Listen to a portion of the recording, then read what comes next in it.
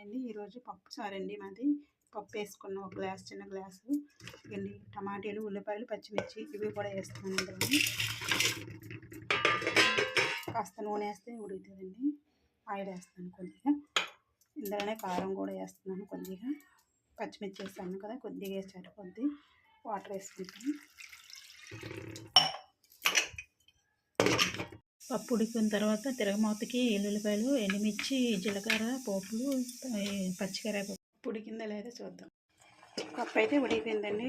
నేను పప్పు గుత్తితో వేస్తున్నాను. సాల్ట్ వేద్దాము, తగినంత సాల్ట్. చింతపండు పులుసు కూడా వేద్దామండి. ఇది కాస్త ఉడికాక మనం పోపు పెట్టుకుందాం.